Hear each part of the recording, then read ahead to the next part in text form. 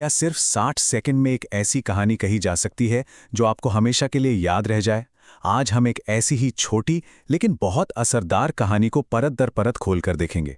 हम ये समझने की कोशिश करेंगे कि कैसे कुछ शब्द, कुछ तस्वीरें और एक चौंकाने वाला मोड़ मिलकर एक ऐसा अनुभव बना सकते हैं जिसे भूल पाना मुश्किल हो। कहानी की शुरुआत होती है इस एक लाइन से, और सोचिए, ये लाइन हमें सीधे कहानी के इमोशनल सेंटर में खींच लेती है। एक गलती जिसकी कीमत हर दिन चुकानी पड़ रही है। ये सुनते ही दिमाग में कई सवाल उठते हैं। आखिर ऐसी क्या गलती थी और उसकी इतनी भारी कीमत क्या हो सकती है? तो कहानी का जो पहला हिस्सा है वो हमें सीधे आर्यन के गहरे पछतावे की दुनिया में ले जाता है।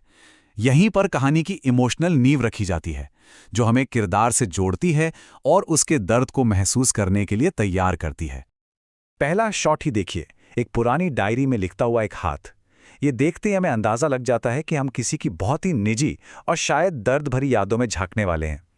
डायरी लिखना वैसे भी एक पर्सनल चीज़ है, और आर्यन का उदास चेहरा हमें ये इशारा देता है कि ये यादें बहुत भारी हैं।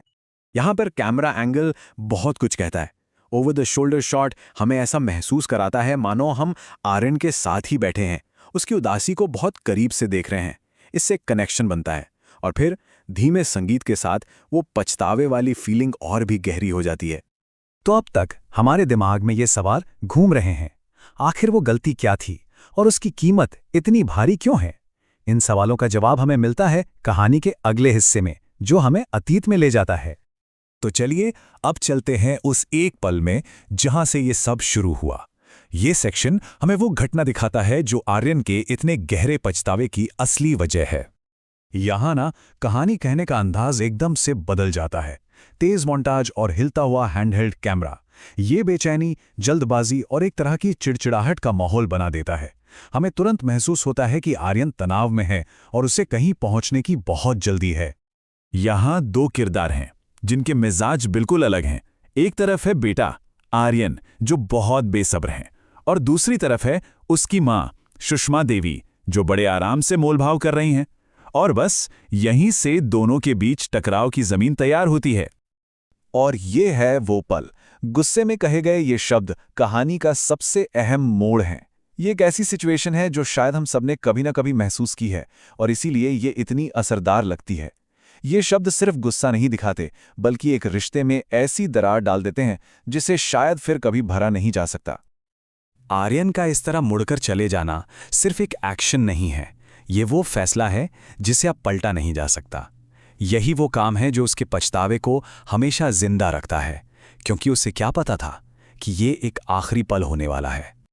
अब हम फ्लैशबैक से लौटकर वापस आज में आते हैं, और बस यहीं कहानी एक ऐसा मोड़ लेती है जो सब कुछ बदल कर रख देता है। डायरी का ये पन्ना कहानी के रहस्य से धीरे धीरे पर्दा उठाता है। वो आखिरी बार था। इन शब्दों में एक दर्दनाक सच्चाई छुपी है ना? हमारा शक गहराने लगता है कि कुछ बहुत बुरा हुआ है। यहां बिना एक भी शब्द बोले कहानी बहुत कुछ कह जाती है। कैमरा धीरे धीरे व्हीलचेयर और फिर ऑक्सीजन सिलेंडर की तरफ बढ़ता है। ये दो चीजें हमें उस सच्चाई का इशारा देती हैं जिसे हम अब तक नहीं जानते थे।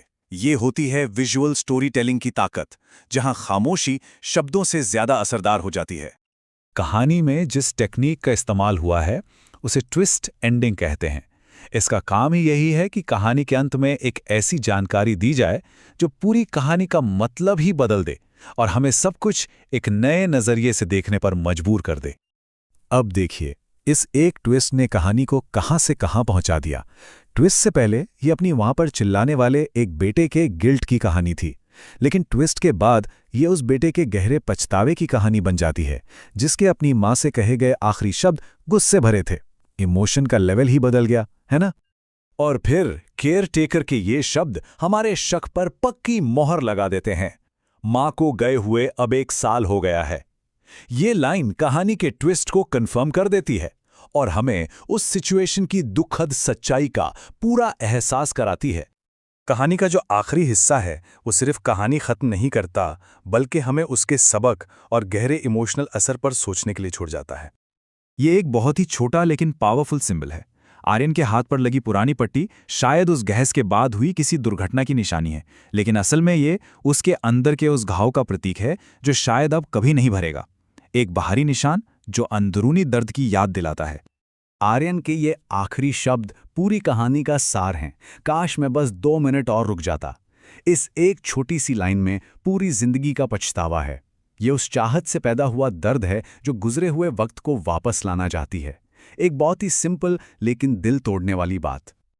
और कहानी इस अंतिम मैसेज के साथ खत्म होती है। ये एक बहुत ज़रूरी बात याद दिलाती है कि हमारे पास जो समय और रिश्ते हैं वो कितने कीमती हैं। ये एक ऐसा सबक है जो ये 60 सेकंड की कहानी हमें बहुत खूबसूरती से सिखा जाती है और हमें सोचने पर मजबूर कर देती है। क्या 2 मिनट की जल्दबाजी जिंदगी भर के पछतावे से ज़्यादा कीमती हो सकती है?